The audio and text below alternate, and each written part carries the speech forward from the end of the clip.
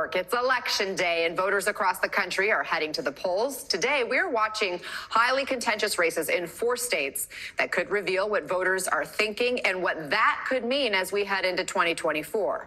We've got team coverage this morning. NBC's Shaquille Brewster is in Kentucky following a highly contentious governor's race. Priscilla Thompson in Ohio, where abortion is on the ballot, and Gary Gumbrock in Virginia, where Republicans are trying for a clean sweep. Let's start in Kentucky. And incumbent Governor Andy Beshear, he is a popular Democratic governor in a red state. How's this race shaping up?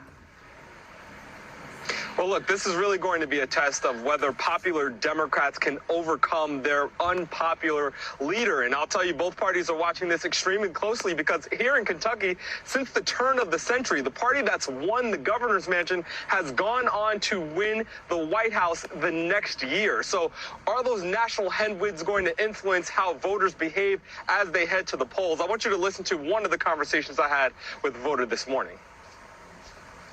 Did the national mood play into how you voted? Yes and no. How so? I've seen a lot of divisiveness across our nation, a lot of issues with people holding party lines, and I'm really sick of that. We're walking back rights that we've already earned. And so because of that, it's filtered over into our state. It's filtered over into legislation that has been proposed. Now, I had another voter tell me that he voted for Andy Beshear in 2019, but decided to go with Cameron this time around, partially because he is unsatisfied and really frustrated with what he's seeing out of Washington, specifically with President Biden. How many of those voters exist? That will be the ultimate question, Anna. So, Priscilla, Ohio has been leaning red. But today, voters are taking up a couple of key ballot measures, abortion and marijuana. What are you hearing from voters there?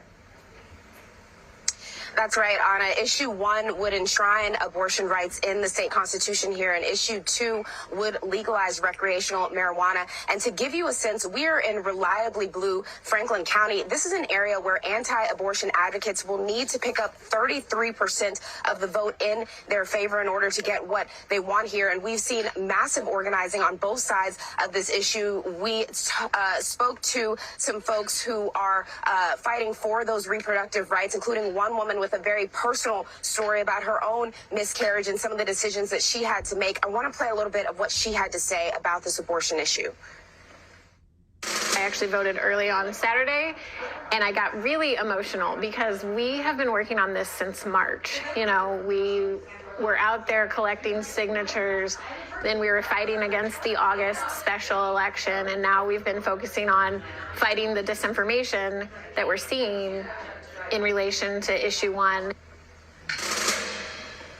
And if passed, Ohio would join more than half a dozen states who either enshrined those protections in their state constitution or rejected additional limitations on abortion. So as you mentioned, very big things to think about as we head into 2024, where more than half a dozen states are going to have abortion on the ballot in terms of the messaging and the organizing that is going on here if this measure passes. Anna? It has been a motivator for voters in at least previous elections. Gary, in Virginia, Republicans are trying to get total control of the state house. So what could that mean for politics in Virginia and the bigger picture nationally?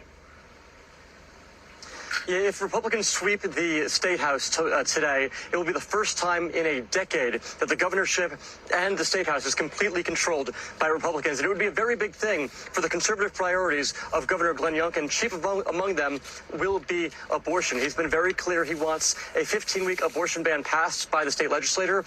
That's something that he can get done. And it's a very big issue for voters, a big motivating factor here for voters, especially here in Henrico County, where the Republican state senator that's running for re-election is an OBGYN herself. Now, on the campaign trail, Democrats are making this a very big issue. Republicans, you're not hearing them talk about it from the stage at all. But here's what Governor Glenn Youngkin had to say earlier today about how Democrats take this stance. All they do is sell fear, and we're the party of hope. And hope beats fear every day of the week. And I think we wanted to be incredibly clear on the bill that we would progress, the only bill that we would progress. That's to protect life at 15 weeks. And to call it a ban is such a mistruth and disinformation. And they should all be ashamed of what they've said over this campaign, because none of it has been true. And looking towards 2024, if Republicans don't win out tonight, Governor Glenn Youngkin will have a very hard time convincing voters outside of Virginia that he's any different than any other governor that has to deal with a divided legislature. Anna? Gary Grumbach, Priscilla Thompson, and Shaquille Brewster, thank you all. NBC's Steve Kornacki is joining us now with a closer look at what today's races could signal for 2024. Steve, we're watching these two governors' races in Kentucky and Mississippi. How could they be a barometer for next year? Yeah, Anna, both have the potential to be close tonight, and obviously both are in deep red states that we pretty much assume are going to go Republican in the presidential election next year. And yet I do think there are some things to look for with potential national implications in both. We'll start in Kentucky, where the story, as you said, is the Democratic incumbent Andy Beshear being challenged by the Republican Attorney General and Mitch McConnell protege Daniel Cameron. Now, notice that when Beshear got elected for the first time 4 years ago, he defeated a Republican incumbent governor, Matt Bevin, who was deeply unpopular in the state. And yet, look how close the margin was. It was barely 5,000 votes. That's what Andy Beshear won by, 0.4 points. So he barely got in 2019 against an unpopular Republican. Now, polls have shown that voters personally like Andy Beshear in Kentucky, and that they approve with pretty sizable majorities of his job performance as governor. So based on that, you might think he's in pretty decent shape for re-election, and some of the polling throughout the year had suggested that. But late in this campaign, we've had some polling coming out that suggests maybe it has tightened in the final 2 weeks. I think the thing to keep in mind as the results come in tonight, you see this is the 2019 map, as I said, and you see Kentucky has 120 counties. A number of them are blue. The vast majority are red. But look, by comparison, when it was Joe Biden versus Donald Trump in this state, Biden won a grand total of 2 counties in Kentucky. You see, Beshear did much better than that. Notably, take a look here in eastern Kentucky. This is traditionally coal country in eastern Kentucky. These are counties where Donald Trump is going to get 75% of the vote, and Andy Beshear managed to win them. So one thing to look at tonight is, if any of this blue starts disappearing, there goes that slight Beshear margin from 2019. If he's able to add any blue to this map, puts him in much better position. And I think the big national question in this race is simply, if the disdain in Kentucky for the National Democratic Party and Joe Biden is so strong that it takes voters who otherwise like Beshear and like the job he's done, and they vote Republican anyway, that could speak to an energizing force for Republicans that would give them hope heading into 2024. Obviously, if Beshear were to hang on, that would be a sign of hope for Democrats. It's similar in Mississippi, too, by the way. Tate Reeves, the Republican incumbent, not necessarily that popular, won by only 5 points in 2019. Again, he's relying on Mississippi being a red state, not liking Biden, not liking national Democrats, and voters voting for the party and not the person.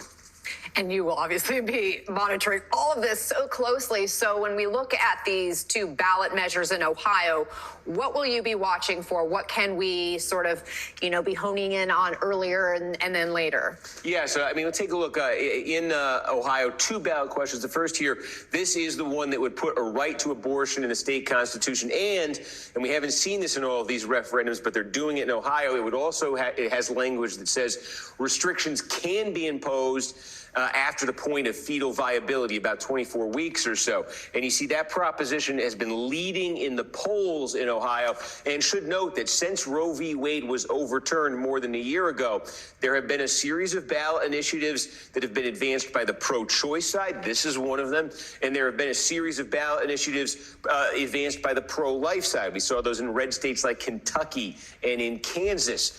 All of the initiatives so far advanced by the pro-choice side have passed, and all of the initiatives advanced by the pro-life side have failed. So it would be a surprise if this one failed tonight in Ohio. It would get a lot of attention. If it did fail, we'd have a discussion about, are the politics of post-Roe abortion changing?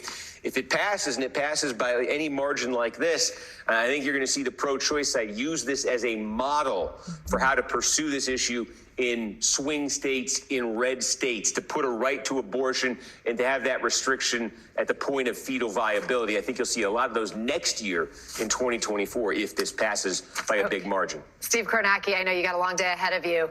Thank you so much for joining us and providing all that good information for us. Today's election comes just ahead of the third Republican debate. This time, 5 candidates will